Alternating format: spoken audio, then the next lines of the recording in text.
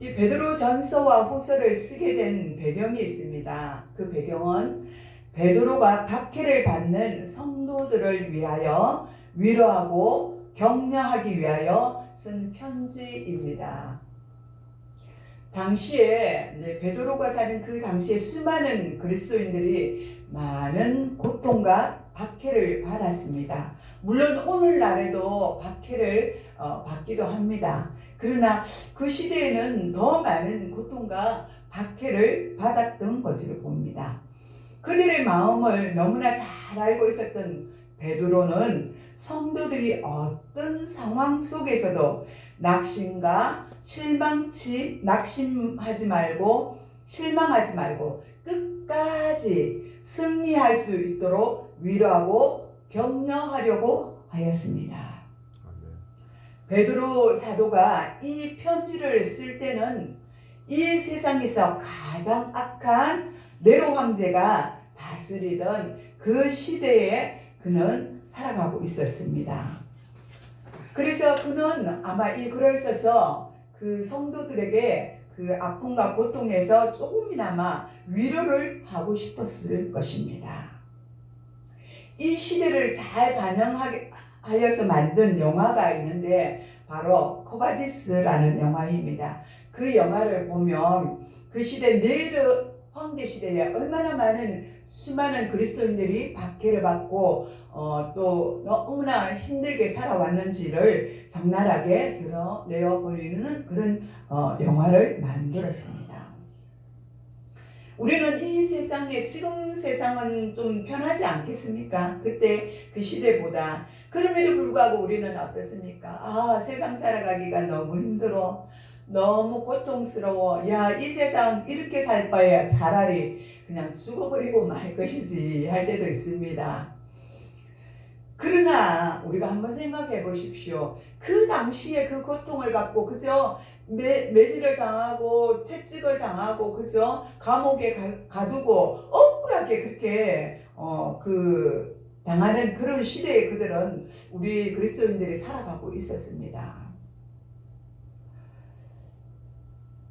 그렇게 생각하면 우리는 이 시대에 살아가는 것에 감사하지 않을 수가 없습니다. 이 영화를 보면 예술가로 자처하는 네로의 모습을 우리는 볼 수가 있습니다. 네로는 자기가 살고 있는 이 로마 도시를 자기 마음에 들지 않아서 이것을 바꾸어 보고 싶은 그런 욕망이 마음에 깊이 자리 잡았습니다. 그래서 그는 로마를 새로운 도시로 건설할 계획을 세우고 사람들을 지시하여 일부러 그 로마 지역의 모든 그 도시를 불을 지르게 됩니다. 갑자기 일어난 이 화재로 로마 시민들은 집과 재산을 다 잃어버리게 되자 아우성이 극에 달했고 이 로마 시민들은 방기를 들고 나서게 되었습니다. 그러자 네로는 예상외로 큰 저항에 부딪히게 되고 말았습니다. 이 사건을 무마하기 위하여 네로 왕은 그리스도인들이 이 일을 저질렀다고 거짓말을 하기에 이르렀습니다. 예수를 믿는 이 예수쟁이들이 평소에 세상이 불로 심판을 받을 것이라고 외치더니 그 말 그대로 그 사람들이 불을 질렀을 것이라고 거짓 소문을 퍼뜨리기 시작하였습니다. 이 소리를 듣고 화가 난 시민들은 닥치는 대로 기독교인들을 잡아 죽이기 시작했습니다. 이러한 사건으로 수많은 기독교인들이 억울하게 살해를 당하였습니다. 이렇게 큰 박해 속에서도 신앙의 지조를 지키며 변함없이 믿음 생활을 잘하는 사람들도 있었습니다. 바로 이 사람들이야말로 위대한 믿음의 그리스도인이라 하지 않을 수가 없습니다. 오늘 본문 18절을 보면 사람들아 범사에 두려워함으로 주인에게 순종하되 선하고 관용하는 자들에게만 아니라 또한 까다로운 자들에게도 그리하라고 말씀하고 있습니다. 여기서 말하는 사안은 집에서 부리는 종인데 그 당시에는 집에서 부리는 종도 있고 또 그 노예도 있었습니다. 그런데 다른 성격, 이 두 가지 중에 다른 성격을 지니고 있었습니다. 이 네로 시대에는 종들과 사안이 많은 시대였습니다. 부가 축적해 있었던 그 시대였습니다. 그러니까 돈을 많이 가진 사람들은 이 종들과 노예를 많이 가지고 있는 것을 보면 알 수가 있었던 것입니다. 그래서 부자들은 노예들을 마구 자기 마음대로 부리기에 이르렀습니다. 그러니까 이 노예들과 사환들은 주인이 시키는 대로 할 수밖에 없는 형편이었습니다. 이때에 매사에 너그럽고 좋은 주인도 있지만 반면에 까다로운 주인도 있었을 것입니다. 그러나 베드로는 주인이 까다롭든지 너그럽든지 사환들은 범사에 주인에게 순종하라고 교훈하라고 말씀하고 있습니다. 우리는 얼마나 우리 위에 세워주신 자들에게 순종을 잘하고 있습니까? 사회 속에서, 직장 속에서 세워주신 자들 앞에 우리는 얼마나 순종하고 있습니까? 이것 또한 하나님이 세상을 주관하고 있습니다. 하나님이 세상에 세워주신 자들 앞에 우리를 그 속에 있게 하신 것도 하나님의 뜻과 계획인 것입니다. 우리는 위에 있는 자들이 다소 안 좋은 모습을 볼 때도 있습니다. 그들이 우리를 억울하게 할 때도 있습니다. 그러나 우리가 말씀에 의지한다면 하나님이 우리에게 세워주신 자들이기 때문에 그들에게 순종을 해야 된다고 말씀하고 있습니다. 또 19절 이하에는 고난을 받을 때 어떻게 대처를 해야 하는지를 자세히 가르쳐 주고 있습니다. 부당하게 고난을 받아도 하나님을 생각함으로 슬픔을 참으면 이는 아름다우니 이렇게 말씀하고 있습니다. 이 당시에 사환과 종은 주인에게 절대 복종을 하지 않으면 살아갈 수가 없었습니다. 지금 우리가 자유를 가지고 좋은 세상에 살고 있습니다. 그럼에도 우리는 감사하지 않습니다. 여러분, 우리가 당하는 고난 중에는 애매한 고난도 또한 있습니다. 특별히 잘못한 것도 없는데 실수한 것도 아닌데 억울하게 고난을 당할 적이 있습니다. 예를 든다면 갑자기 옆집에서 불이 나가지고 그 불이 번져 와가지고 우리 집이 홀라당 다 탔습니다. 그런 경우도 있다는 것입니다. 또 길을 걷고 있는데 갑자기 차가 인도로 달려와 사람을 치게 되는 그런 억울한 일도 당하게 되어 있다는 것입니다. 내가 하지도 않은 일을 했다고 뒤집어 씌우는 억울한 일을 당하는 때도 있다는 것입니다. 이처럼 고난을 당하는 이유를 도무지 알 수 없기 때문에 애매하게 당하는 고난이라고 말할 수 있습니다. 여러분은 애매한 고난을 나도 모르게 당하고 있지는 않습니까?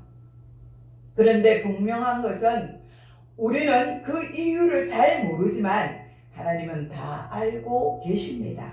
아멘. 다시 말해서 우리의 고난의 이유를 다 알 수는 우리는 없지만 전능하신 하나님은 이 애매함이 어디서 왔는지를 알고 계십니다. 그러므로 모든 고난에는 하나님의 뜻이 있고 하나님의 섭리가 있습니다. 아멘. 19절 이하의 베드로는 부당하게 고난을 받아도 하나님을 생각함으로 슬픔을 참으면 이는 아름다움이라고 말씀하고 있습니다. 아름다우니라고 말씀하십니다. 여기서 아름답다는 말을 헬라어로 말하자면 은혜롭다는 뜻이 담겨져 있습니다. 그러므로 우리는 알거니와 하나님의 사랑하는 자, 곧 그 뜻대로 부르심을 입은 자들에게는 모든 것이 합력하여 선을 이루니라 라고 로마서 8장 28절에 말씀하고 있습니다. 아멘. 지금은 그 이유를 알지 못하지만 그 고난이 나에게 유익이 되고 축복이 됩니다. 아멘. 고난을 통하여 하나님의 뜻이 우리에게 이루어진다는 것을 저와 여러분은 믿으시기 바랍니다. 아멘. 그 아픔과 슬픔을 잘 견디면 이 모든 것들이 은혜가 될 줄 믿습니다. 아멘. 이어서 본문 20절에 죄가 있어 매를 맞고 참으면 무슨 칭찬이 있으리요? 라고 묻고 있습니다. 우리가 깊이 생각하여 보면 대부분의 고난은 우리의 죄값을 통하여서 오는 것입니다. 자기가 알고 범했든지 모르고 범했든지 죄에 대한 대가를 그대로 우리는 받게 되는 것입니다. 심은 대로 거두는 하나님의 심판의 법칙을 따라 우리가 고난을 받습니다. 평소에 우리가 남을 아프게 하는 일을 많이 하면서도 우리는 이를 잘 모르고 살아갈 때도 있습니다. 남편에게나 아내에게나 자식에게나 형제들에게나 자신의 주위에 있는 사람들에게 나의 말 한마디가 기쁨을 주기도 하지만 피눈물을 나게 할 때도 있습니다. 그러나 자신은 전혀 모릅니다. 우리가 평소 때 저는 자녀들에게 그런 소리를 많이 듣는 것 같습니다. 엄마는 그때 그렇게 하지 않았냐고 그렇게 말할 때가 있는데요. 저는 그것을 까마득히 잊고 있었거든요. 근데 저는 그냥 생각나는 대로 그것이 저에게는 저 아이들을 바라보면서 잘못된 것이 아닐까 해서 저는 그냥 아이들이 바로 서라고 그 말을 했는데 그 아이들에게는 상처가 되었던가 봐요. 그래서 엄마는 그때 우리들한테 그렇게 할 때 우리는 상처를 많이 입었다 이렇게 말하거든요. 그래서 내가 말을 참 잘해야 되겠구나. 말 한마디를 할 때도 정말 생각을 하고 남한테 말을 해야 되겠다 하는 그 생각이 들더라고요. 근데 우리는 바쁘고 어떤 일 때문에 뭐 해서 우리 깜빡할 때가 있잖아요. 항상 잊어버릴 때가 있어요. 그래서 저는 하나님 잊어버리지 않고 말할 때 정말 좋은 말을 해서 그들에게 상처를 주지 않도록 해주십시오 하는 그런 기도도 하였던 것 같습니다. 그렇습니다. 도리어 자신의 마음을 아프게 하는 남의 말을 생각하고 억울해서 밤잠을 자지 못하고 괴로워하고 애통하는 때도 있습니다. 그러나 따지고 보면 자기가 심은 대로 거두는 것입니다. 아멘. 우리가 예전에 하나님 앞에 바르게 살지 못한 때가 얼마나 많지 않았습니까? 그렇게 생각한다면 나는 죽어도 마땅한 인간이고 어떤 고난을 당한다 해도 마땅합니다. 그러니까 내게 상처 준 사람 때문에 마음 아파하지 마시기를 바랍니다. 아멘.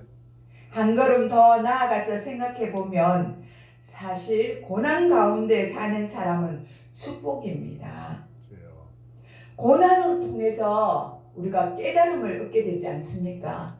내가 왜 이 고난을 받게 되지? 왜 내가 이 어려움을 당하게 되지? 우리는 하나님 앞에 기도하게 되고 그리고 하나님 앞에 기도할 때 하나님께서 우리에게 깨달음을 주시지 않습니까? 아멘. 그렇기 때문에 축복이라는 것입니다. 아멘. 아무리 죄 가운데 살아도 고난이 없다면 이 세상은 망하고 말 것입니다.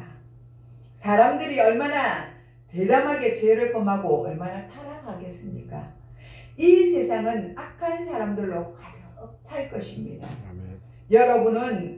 여러분 자녀들이 잘못된 길을 가려 한다면 그대로 두시겠습니까? 따끔하게 야단을 쳐서 바르게 가르치려 하지 않으시겠습니까? 우리 하나님도 마찬가지입니다. 우리를 바라볼 때 우리가 잘못된 길로 가고 있다면 우리를 가만히 놔두시겠습니까? 그것은 사생자입니다. 사생자는 그대로 가만히 놔두십니다. 죽든지 말든지 그대로 둔다는 것입니다. 그러나 우리가 사생자가 아니기 때문에 하나님은 어떤 환난을 통해서 우리를 하나님 앞에 바로 서도록 만들어 주시는 것입니다. 이것이 바로 축복인 것입니다. 아멘.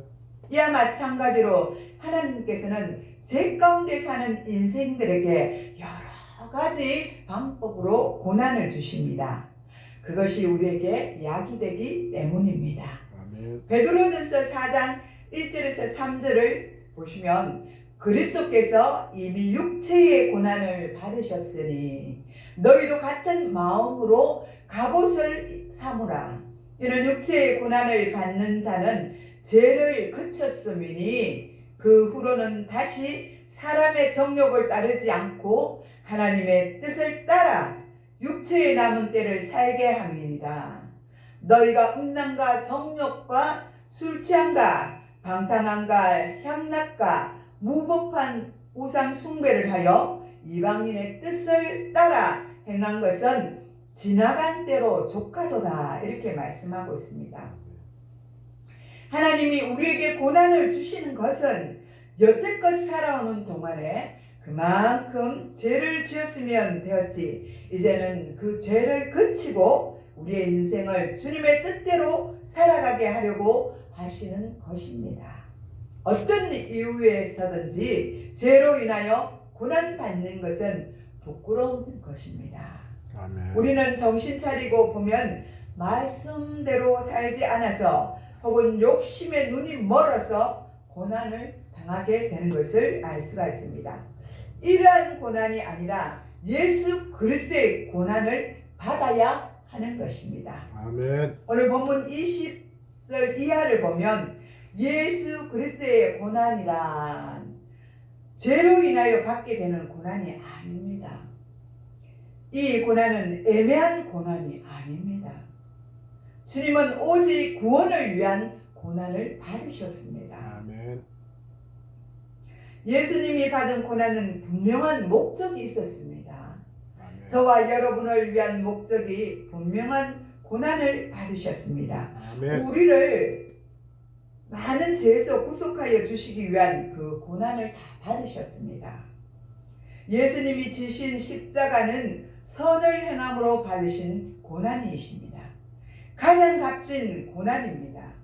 예수님이 당하신 고난은 십자가의 고난뿐만 아니라 예수님이 유대 땅 베들레헴에서 탄생하실 때 마곡간에서 태어나신 것과 그 당시 헤롯 왕의 위협으로부터 벗어나기 위하여 애굽으로 도망 다니시는 것을 우리는 한번 생각해 볼 때, 우리 예수님은 태어나실 때부터 십자가에 못 박혀 죽기까지 평생을 고난을 당하셨습니다. 아멘. 그러면 우리의 고난은 그 고난이겠습니까? 고난이 아닙니다. 축복이라고 말하지 않습니까? 아멘. 예수님이 고난 당하신 것은 일편단신 하나님의 뜻을 이루기 위해서 고난을 당하셨습니다. 그러므로 내가 하늘에서 내려온 것은 내 뜻을 행하려 한 것이 아니요 나를 보내신 이의 뜻을 행하려 함이라. 나를 보내신 이의 뜻은 내게 주신 자 중에 내가 하나도 잃어버리지 아니하고 마지막 날에 다시 살리는 이것이니라. 요한복음 6장 38절에서 39절에 분명하게 말씀하고 있습니다. 아멘. 다시 말하자면 예수님께서 하늘 영광 보좌를 버리시고 이 세상에 오시고 고난을 받으신 것은 자신의 뜻을 이루기 위한 것이 아니라 택하신 주의 백성들을 한 사람도 잃어버리지 아니하시고 마지막 날에 모두 구원하시려는 뜻을 이루기 위한 것입니다. 아멘. 사람들이 우리 예수님을 십자가에 못 박아 죽이기 위해 잡으러 왔을 때 베드로가 성질이 급해서 칼을 빼어 대제사장의 종 말고의 길을 쳐서 땅에 떨어뜨리게 하였습니다. 이때 예수님께서 베드로를 나무라시면서 이렇게 말씀하셨습니다. 내 칼을 도로 칼집에 꽂으라. 칼을 가지는 자는 다 칼로 망하느니라. 너는 내가 내 아버지께 구하여 지금 12군단 더 되는 천사를 보내게 할 수 없는 줄로 아느냐. 내가 만일 그에게 그렇게 하면 이런 일이 있으리라 한 성경이 어떻게 이루어지겠느냐, 이렇게 말씀하셨습니다. 아멘. 여기서 우리는 예수님이 마지못하여 십자가를 지시는 것이 아니라 자원하여 기쁨으로 십자가 고난을 받으셨다는 것을 우리는 알 수가 있습니다. 아멘. 만일 예수님께서 그때 십자가를 지지 않으시겠다고 생각하셨다면 하늘의 천사들을 동원하여 원수들을 멸할 수도 있었습니다. 그렇게 되면 메시아가 와서 십자가를 지심으로 우리를 구원하시겠다고 하신 하나님의 예언의 말씀은 거짓이 될 것입니다. 그러나 예수님은 십자가를 지지 않을 수도 있었음에도 하나님의 말씀을 성취하기 위하여 자원하여 십자가를 지시고 고통을 당하셨습니다. 아멘. 오늘 본문 22절에서 23절에 그런 죄를 범하지 아니하시고 그 입에 거짓도 없으시며 욕을 당하시되 욕하지 아니하시고 고난을 당하시되 맞으시되 욕하지 아니하시고 고난을 당하시되 위협하지 아니하시고 오직 공의로 심판하시는 이에게 부탁하시며 라고 이렇게 말씀하고 있습니다. 24절은 친히 나무에 달려 그 몸은 우리의 죄를 담당하셨으니 이는 우리로 죄에 대하여 죽고 의에 대하여 살게 하려 하심이니라. 그가 채찍을 맞음으로 너희는 나음을 얻었나니 라고 이렇게 말씀하십니다. 이와 관련하여 이사야 53장 5절에서 7절에 이렇게 말씀하십니다. 그가 찔림은 우리의 허물 때문이요 그가 상함은 우리의 죄악 때문이라. 그가 징계를 받음으로 우리는 평화를 누리고 그가 채찍에 맞음으로 우리는 나음을 받았도다. 아멘. 우리는 다 양 같아서 그릇 행하여 각기 제 길로 갔거늘 여호와께서는 우리의 모두의 죄악을 그에게 담당시키셨도다. 아멘. 그가 곤욕을 당하여 괴로울 때 그의 입을 열지 아니하였으며 마치 도수장으로 끌려가는 어린 양과 털 깎는 자 앞에서 잠잠한 양같이 그의 입을 열지 아니하였도다.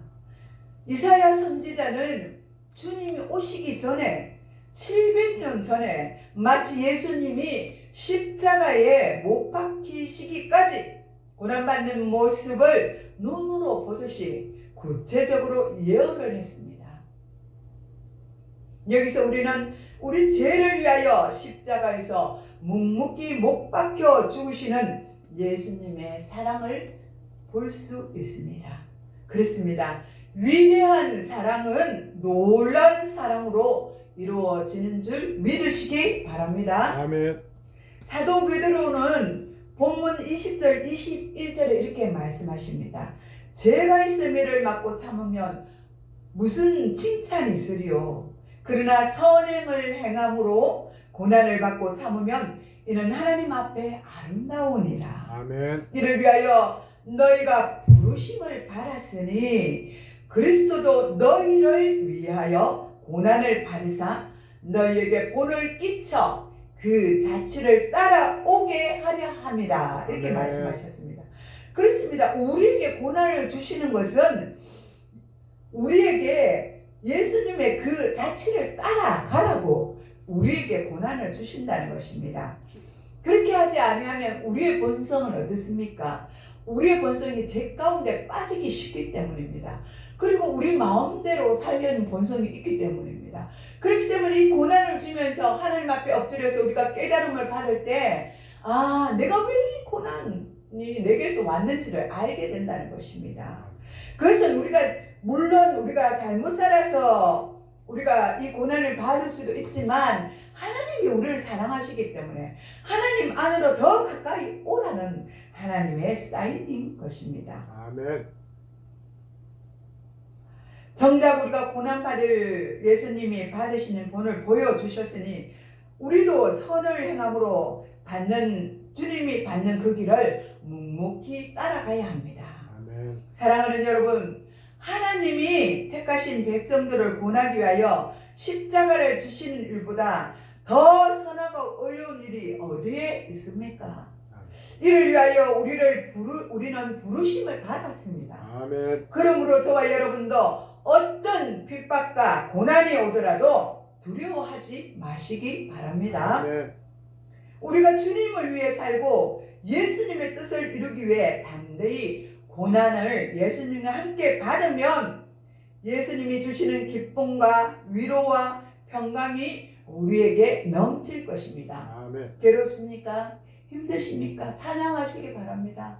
기도하시기 바랍니다. 아멘. 이 고난이 유익이 되기를 기도하시기 바랍니다. 아멘. 우리가 장차 주님 앞에 섰을 때 우리는 주님이 주시는 면류관과 상급을 받게 하여 주신다고 말씀하셨습니다. 우리의 결과는 주님 앞에 있는 것입니다. 우리가 이 땅을 살면서 잘 사든지 못 사든지 그 결과는 주님 앞에 섰을 때 있다는 것입니다. 아멘. 저와 여러분은 주님 앞에 바르게 서서 정말 주의 일을 잘 앞장서서 우리가 잘 믿음으로 행하며 걸어가야 될 줄 믿습니다. 아멘. 그래서 저와 여러분은 주님이 주시는 상급을 다 받아서 누릴 수 있기를 바랍니다. 아멘. 기도하겠습니다. 하나님 아버지 감사합니다. 우리가 주님을 생각해 볼 때 우리에게 어떤 고난이 닥쳐올지라도 기쁨과 위로와 평강을 잃지 않고 오직 믿음으로 주님을 바라보며 살아가게 하여 주시옵소서. 한 주간도 승리하게 하여 주실 줄 믿사오며 감사를 드리며 우리를 구원하신 예수님의 이름으로 간절히 기도드리옵나이다. 아멘. 아멘.